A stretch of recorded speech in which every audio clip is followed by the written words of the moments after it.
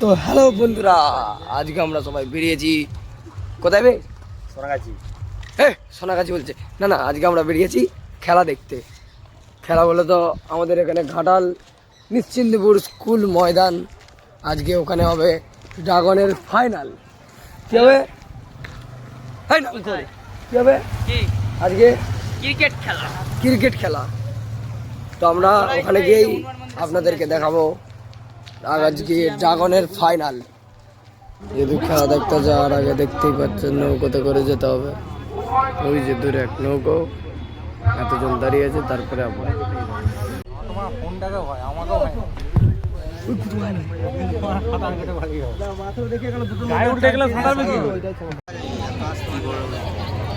আমরা সবাই